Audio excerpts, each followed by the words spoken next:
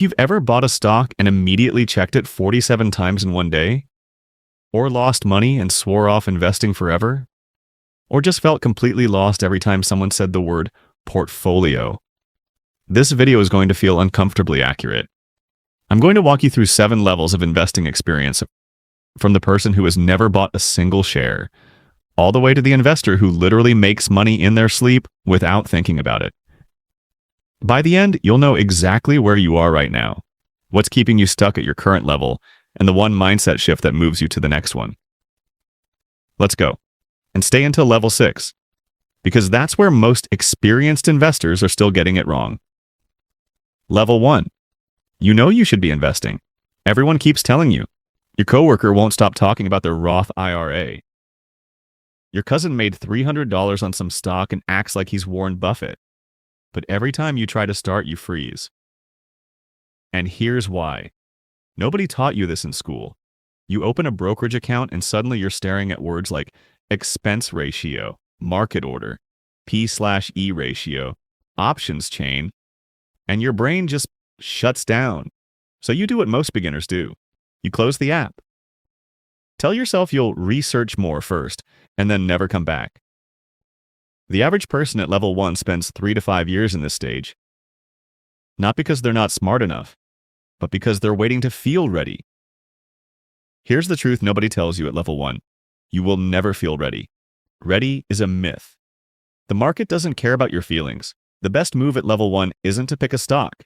It's to open an account, drop $50 into an S&P 500 index fund, and let the experience teach you what no YouTube video can. You're not investing $50? You're buying your first lesson. Level 2. The excited gambler. Level 2 is where it gets dangerous, because at level 2, you've made your first investment. Maybe it went up. Maybe you caught a hot tip on Reddit. Maybe you bought a meme stock and doubled your money in a week, and now you think you've cracked the code. This is the most seductive stage of investing, because you have just enough knowledge to feel confident, but not enough experience to know how lucky you got.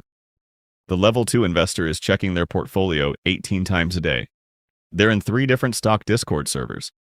They've said the phrase, "This one is going to 10 times, at least once this month." They're putting real money into things they saw on TikTok 20 minutes ago. And here's the cruel part, sometimes it works. Which makes it worse. Because every win at this stage reinforces the wrong behavior. Studies show that 70% of retail investors underperform the market, not because of bad luck, but because of overtrading driven by overconfidence. Level 2 is the #1 reason people lose real money in the market. The shift out of level 2 isn't about finding better stocks. It's about asking one question every time you want to make a trade. Am I investing or am I gambling right now? Investing has a thesis, a time frame, and a strategy. Gambling has a feeling, a Reddit post, and a prayer. If you can't answer that question clearly, you're still gambling. Level 3. The burned skeptic. Setup. Level 3 is where the market finally teaches you a lesson you weren't ready to receive. The hot stock crashed. The crypto you believed in dropped 80%. You panic sold at the bottom and locked in a loss. Or worse, you held all the way down and watched years of savings evaporate. Welcome to level 3. The burned skeptic. And now you say one of 3 things. Option A, the market is rigged. Option B, investing is just gambling anyway. Option C, I'll stick to a savings account. And honestly, all 3 feel completely reasonable when you're in the middle of it. But here's what's actually happening at level 3. You're not quitting because investing doesn't work. You're quitting because the strategy you were using didn't work. And there's a massive difference. The burned skeptic confuses a bad approach with a bad vehicle. It's like crashing a car because you didn't know how to drive, and concluding that cars are dangerous instead of concluding that you need driving lessons. Level 3 is actually the most important stage in the entire journey, because the pain you feel here is what burns away the gambling mentality for good. Every serious, long-term investor has a level 3 story. The ones who make it through don't avoid the loss, they extract the lesson from it. Ask yourself, what specifically went wrong and what would I do differently? Answer that honestly, and you're already at level 4. And level 4 is where the real wealth journey actually begins. Level 4, the consistent learner. Level 4 looks boring from the outside, and that's exactly why it works. The level 4 investor has stopped chasing. They've stopped reacting. They've replaced the noise with a system. At this stage, you're doing things that feel almost too simple. You're automating contributions every month. You're investing in index funds and not touching them. You're reading one good book, a quarter instead of 40 Reddit threads a day. You're ignoring CNBC headlines. And people around you don't get it. Your level 2 friends are sending you stock tips and you're just not interested. This stage is mentally hard for a different reason. It requires you to resist the urge to do something. And our brains are wired to feel like doing nothing is the same as doing nothing wrong. But data from Fidelity found that the best performing accounts belong to investors who either forgot they had the account or were dead. I'm not even joking, that's a real internal finding. Inactivity beats activity, almost every time. The level 4 shift is this: you stop investing based on what's exciting and start investing based on what's proven. You build a simple, boring, automatic system, and you protect it from your own impulses. That system, left alone, will do more for your wealth than any hot stock tip ever will. Level 5, the strategic builder. Level 5 is where investing gets intentional. You're not just putting money in anymore. You're building something specific, with a target, a timeline, and a plan. The level 5 investor understands asset allocation. They know the difference between their Roth IRA, their brokerage account, and their 401k, and they use each one differently on purpose. They understand tax loss harvesting, they know what rebalancing is and when to do it. They think in decades, not days. But here's the mistake. Most level 5 investors they get sophisticated enough to start overcomplicating things again.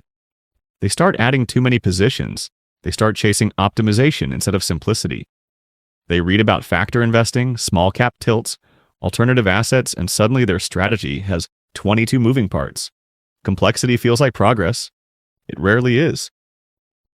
The best level 5 investors I've ever studied share one trait.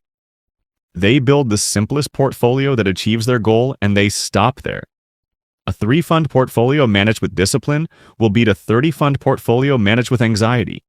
Every single time. At level 5, the question isn't, what else can I add? The question is, what can I remove that's adding complexity without adding returns? Level 6 is where 99% of investors never arrive. Here's why. Level 6 is the level people romanticize, but almost nobody actually reaches. Not because it's complicated, but because it requires doing something that feels completely wrong, trusting the process without controlling the outcome. At level 6, your money is working while you're asleep. Dividends are hitting your account automatically. Compound interest is doing the heavy lifting. Your portfolio is growing on days you don't even think about it. But here's what people don't tell you about level 6. The hardest part isn't building it. The hardest part is leaving it alone. Because the market will drop 30% one year, and every instinct in your body will scream at you to do something. Sell, protect, move to cash, something. The level 6 investor sits on their hands and does nothing. Not because they're emotionally numb, but because they've done the math. $10,000 invested in the S&P 500 in 2009.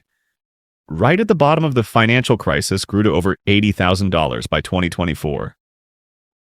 The people who sold at the bottom? They locked in the loss and missed the entire recovery. Time in the market always beats timing the market. Level 6 investors know this in their bones.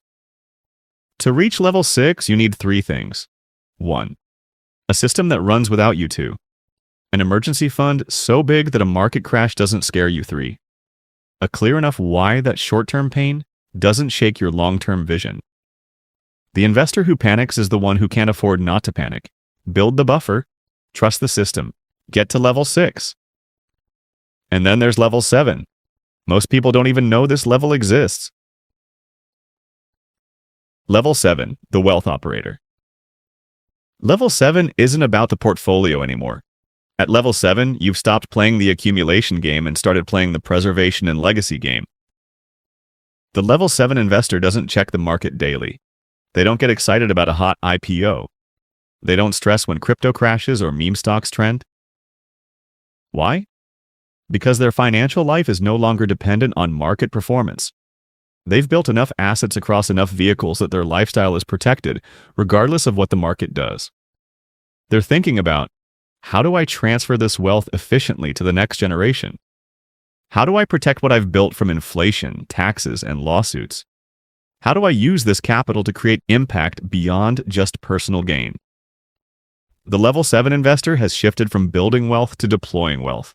They invest in other people's businesses. They fund real estate deals. They create structures, trusts, holding companies, giving vehicles that protect and multiply what they've built. And here's the part that most financial content never says out loud. Level 7 has nothing to do with a specific dollar amount. It's a mindset shift. It's the moment you stop asking, how do I get more? And start asking, how do I make sure this outlasts me? You don't have to be a billionaire to think like a Level 7 investor. You just have to start asking Level 7 questions right now. Am I building something that works without me? Am I protecting what I build, not just growing it? Am I thinking about who benefits from this after I'm gone? The investors who die wealthy aren't the ones who picked the best stocks. They're the ones who built systems, stayed consistent, and never confused activity with progress. Let's bring it all together. Here's your investing roadmap. Level 1. The complete beginner. Stop waiting to feel ready. Start with $50. Level 2. The excited gambler. Ask, am I investing or gambling? Before every move. Level 3. The burned skeptic. Extract the lesson. Don't quit the vehicle. Level 4. The consistent learner. Build a boring automatic system. Protect it from yourself. Level 5. The strategic builder. Add intention. Subtract complexity. Level 6. The passive compounder. Trust the system. Time beats timing. Always. Level 7. The wealth operator. Shift from building to deploying. Think in legacy. Here's the most important thing I want you to leave with. Every level is temporary. Every investor you admire was once at level 1. The only difference between where you are and where you want to be is the willingness to move through the levels without skipping the lessons. The market rewards patience, not perfection. Before you go, drop a comment right now and tell me, what level are you currently at?